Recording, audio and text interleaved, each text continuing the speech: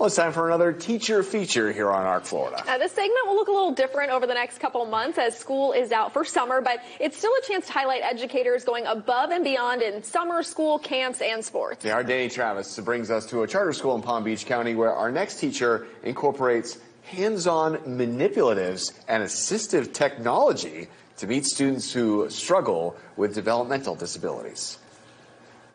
Our next teacher feature brings us here to the ARC of Palm Beach County's Bodwell Academy in Riviera Beach.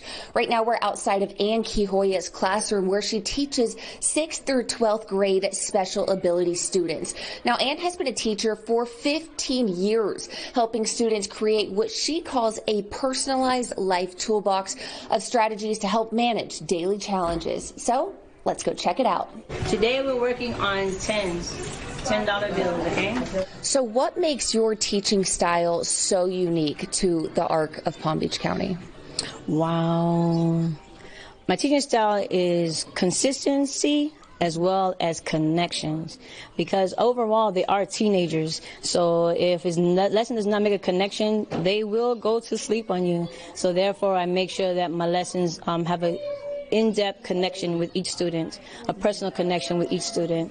And so therefore we have to connect the academic standards along with activities that are happening in their life, things that are relevant to them, such as music, entertainment, clothing, shoes. Take me through your day-to-day lessons within this classroom, especially now that it's summer. Does it look any different?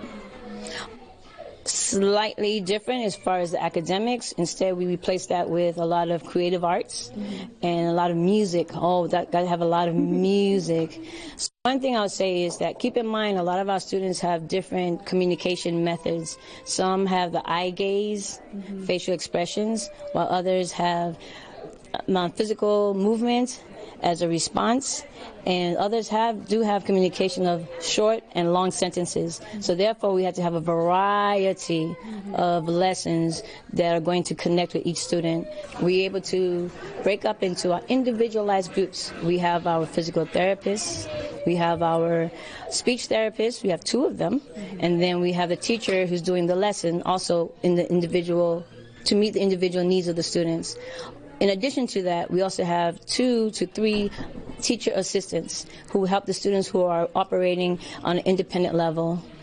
And so we make sure that we meet the needs tailored to each and every student. How do you encourage peer-to-peer learning in a mixed ability setting? Wow, that's the very, very, very fun part. The children enjoy, the students, because remember they're teenagers, they're not children anymore. The teenagers enjoy interacting with each other, and therefore they're able to work together and have fun while they're learning.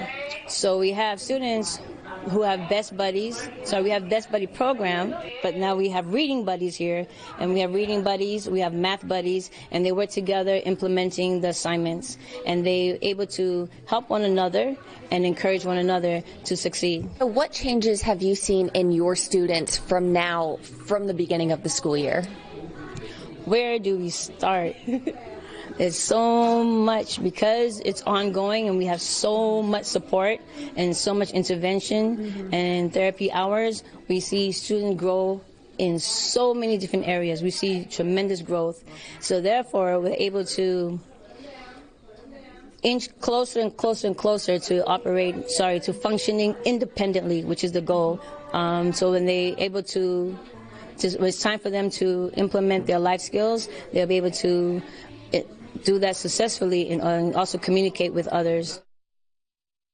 All right, Danny is joining us now. You know, Ann mentioned this isn't just a summer-specific program; it's ongoing through the whole year. So, does she have any, hopes and goals for the rest of the year here? Oh, absolutely, you guys. We just heard how excited she was about how it's been going up until this point.